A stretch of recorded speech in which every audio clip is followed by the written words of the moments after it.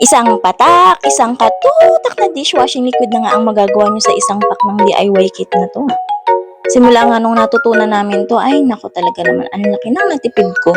Yung anak ko kasing teenager yung tagahugas ng pinggan namin, kaya naman ako ang lakas talagang gumamit. So ayan nga pala yung gagawin, no? Imi-mix-mix lang. Ito pala yung regular na premix niya, calamansi variant. Sa isang drum or sa isang timbang tubig, maglagay lang kayo ng 15 to 16 liters ng tubig. By the way, huwag kayo gagamit ng tubig gripo ha, kasi bumabaho yun. Ano nga pala to, yung tubig to na nasa blue na galon. Ayan, tapos, yan nga pala yung thickener niya, yung pampalapot.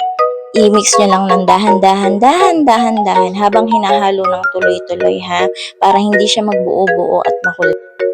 Tapos, pag natapos yan, i-re-rest nyo lang siya ng 24 hours. Tapos, ayan, kinabukasan, pwede nyo na siyang isalin.